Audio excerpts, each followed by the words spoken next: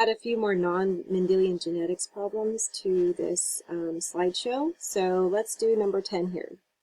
We have red snapdragons as our homozygous big R, white snapdragons as little r, and pink snapdragons as the heterozygous. If you cross two pink parents, what's the probability of getting a pink offspring? Okay, so let's do the Punnett square. Right. Two pink parents. And then what's the probability of getting the pink offspring? So we have to figure out what all of our boxes look like here.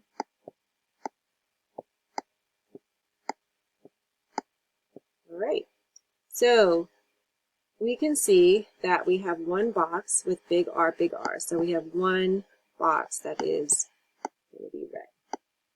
Okay, because big R is red. Then we have two boxes with pink. Two boxes with the pink phenotype. And then we have one box with the red, with the white phenotype. So if you crossed two pink snapdragons, you would come up with a 1 to 2 to 1 ratio. 1 red, 2 would be pink, and 1 would be white. So another way of looking at this would be, because we're divided into 4, right? So we can think about it as 25% each box. 25% would be red flowers, 50% or half of your offspring would be pink, and then another 25% would be white.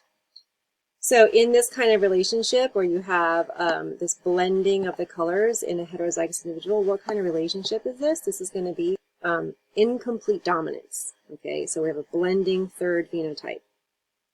Okay, so that's how you work an incomplete dominant problem. Type problem. So a woman with blood type O and a man with blood type A have a child. What are the two possible crosses you can make? What are the possible offspring of the blood types? What is the relationship between blood type alleles? Let's go ahead and answer this first because this should be something you have memorized for the exam. Blood type alleles are an example of co-dominance. Co-dominance. So both of the A and B show up, co-dominant. Show up equally and are expressed evenly and equally, right? So let's remember the alleles for blood type. Remember that we use the letter I. If it had an A superscript, that codes for the A glycoprotein on a red blood cell. This is another allele. We have the B, so that codes for B on your red blood cell. And then we have the little I, right? That codes for nothing.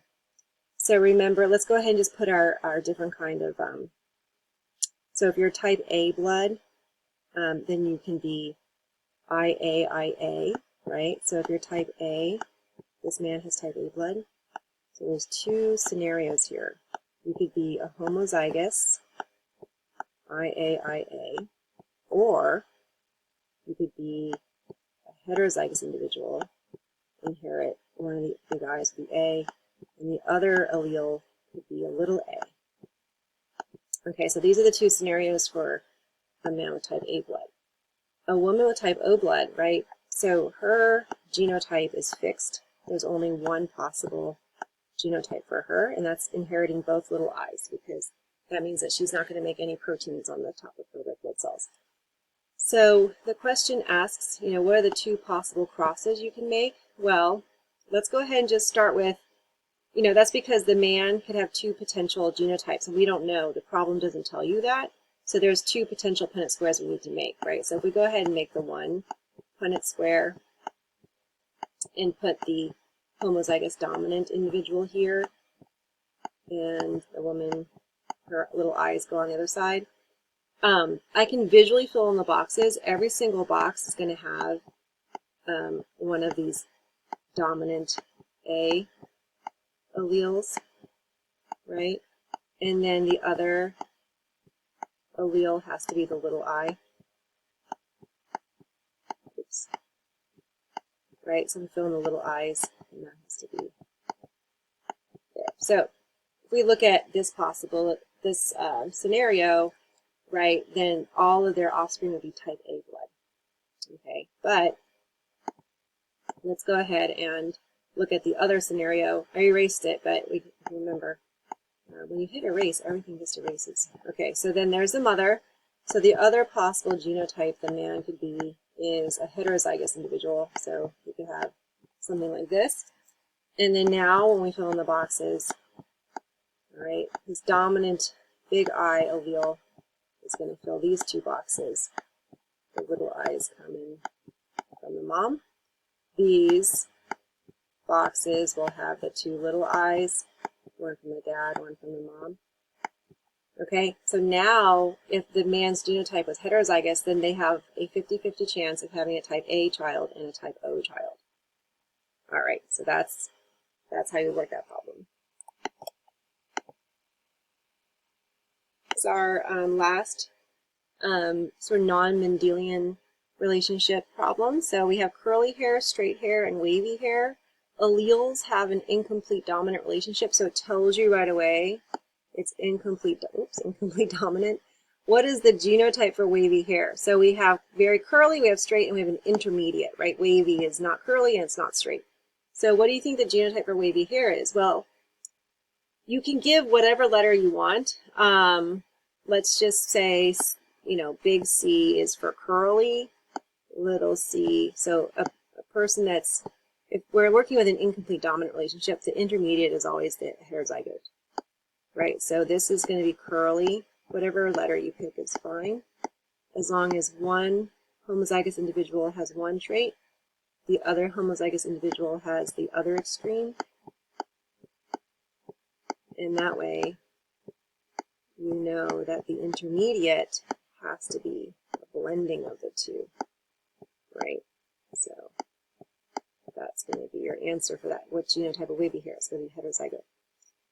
What kind of hair would be possible if a straight-haired individual, so little c is straight, right, mated with a wavy hair. So wavy hair is a big C and then a little c. All right, so be careful when letters are similar, like the capital and the lowercase is very similar. Sometimes I like to put an extra little signifier telling me that it's the lowercase, so that way it doesn't get mixed up with my uppercase.